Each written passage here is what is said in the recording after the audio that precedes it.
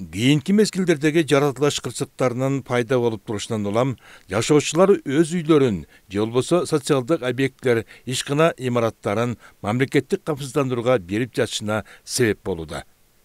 Бүгүнкү күндө биздин уюмдун ишмердүүлүгүн айта кете турган болсом, эң негизги өкмөттүн талаптары, эң биринчи программалары менен биз турак жайларды милдеттүү түрдө камсыздандыруу жүргүзүп жатабыз.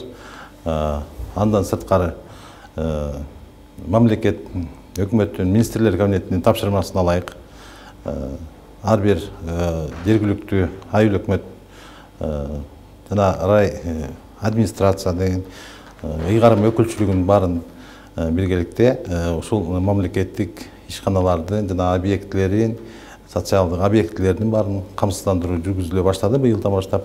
Ошо менен бирге ошол эң биринчилерден болуп программа турак жайларды азыркы күндө өсүү темпи бар.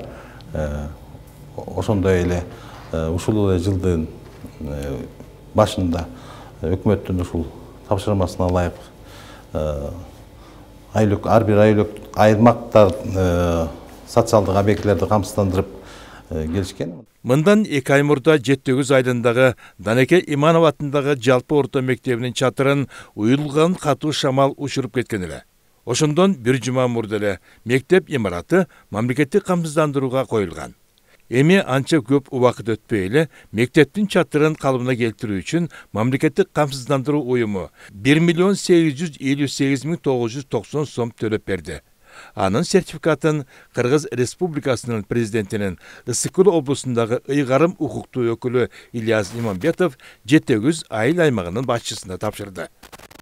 7 жылдан бери эле мамлекет ушул жумушту алып баргыла деп жергиликтүү бийликке бардык жактарга табыштырып келатат. Мына буюрса биздин Жетөгүз айыл өкмөтүнө 1.859.000 сом которуп берип атышат. Которуп берилди. Мындан кийин ушул страховаться этип үйлөрдү бардык айыл өкмөттөрүндөгү бардык имараттарды алып койсок, мынакей ар кандай случай болот экен жашоодо.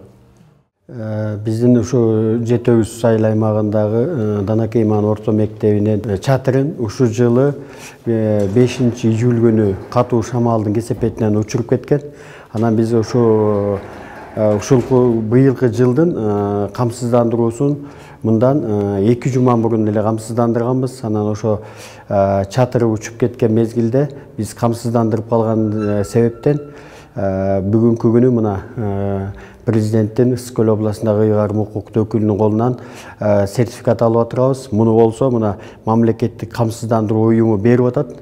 Анан ушуну мен бардыгына мындайды айтып кетет элем да, камсыздандырууну азыркы күнү биздин мекемелер гана эмес, ар бир жараныбыз камсыздандырып койсо, бул акчабыз көп деле акча эмес. Ар бир түтүнгө 600 сомдон болуп атат айыл жеринде. Анан ушуну камсыздандырып койсо, азыр табигый кырсыктан эч ким камсыздандырылган эмес. Эртеңки күнү ошондой кырсык болуп калса, мамлекет тарабынан жакшынакай эле жардам болуп атат.